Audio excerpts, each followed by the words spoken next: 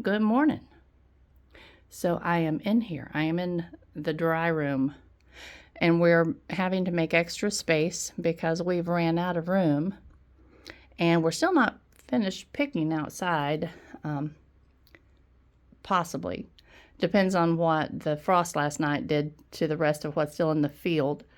But I've been using a little bit of everything, or we've been using a little bit of everything to, give us more vertical space,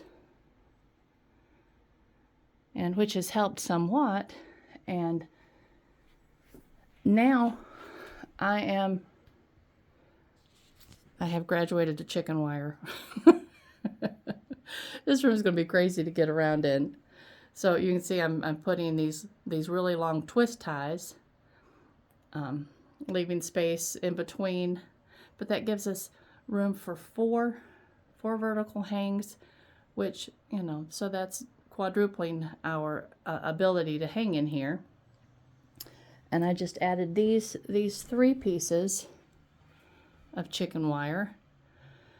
So everything that we have cut currently we'll have room for. Now, if we're able to get any more from outside, and we'll have to just determine that based on what the frost last night did. And we may not have had a frost. I haven't gone out to see, but it rained a little bit last night, so there may not be a frost, and we may be able to capture a few more or get a few more of the flowers that are still yet down there.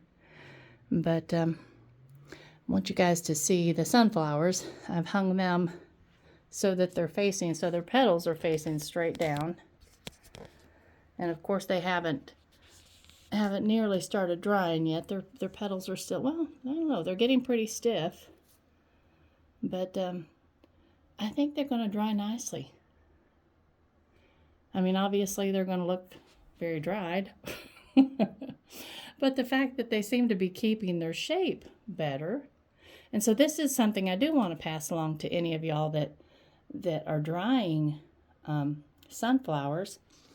I had been drying them like this, just hanging them from a rope.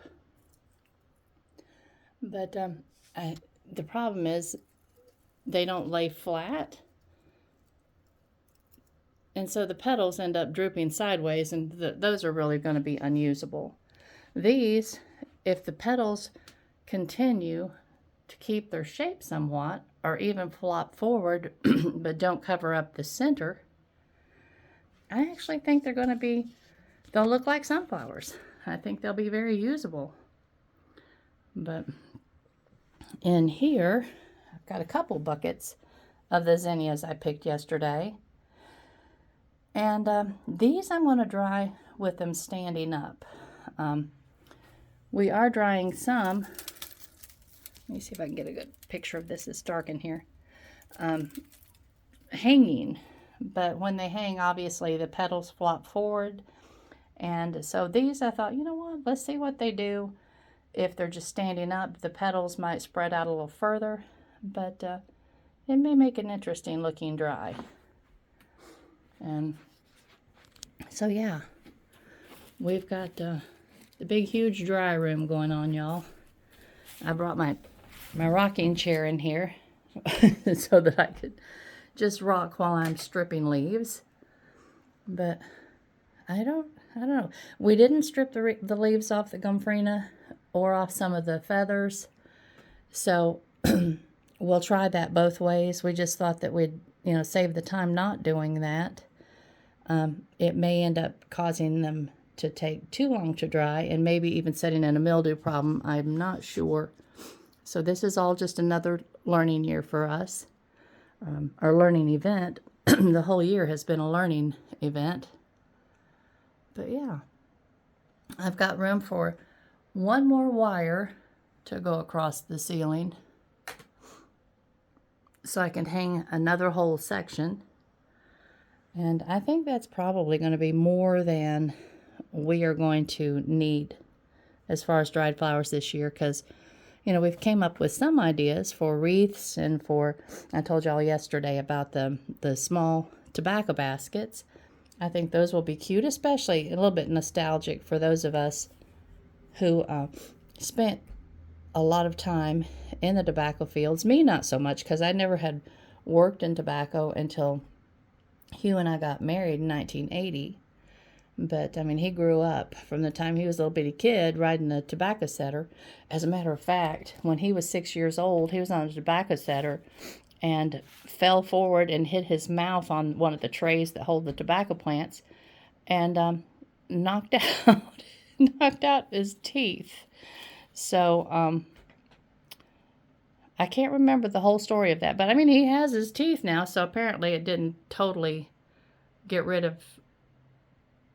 What was it? He lost the teeth early or something. I don't remember. But I'll have to ask him that story so I can recount it if anybody's interested. But, yeah, that was farm labor. It seems to have been your children from the time they were really young, and letting them do or having them do what they were capable of. Maybe that wasn't something he was really capable of. Oh, well. He survived. He's a big, tough, grown man, so nobody fuss about his parents putting him on a tobacco setter when he was a little bitty dude. He's good. He survived it. All right. Well, I'm not going to make a real long video today because I need to get busy and get some more of this stripped and hung. And then Chelsea and I are going to start decorating pumpkins. We do have market tomorrow night. It's in a different location, so it will be where there's not any toxic dust, where the floodwaters receded.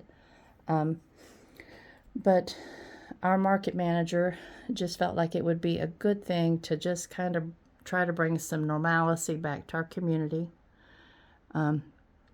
by just being there, letting people see something positive happening. And I think she may be right. We may go and not sell the first thing, but that's okay. We'll get to see our marketing buddies and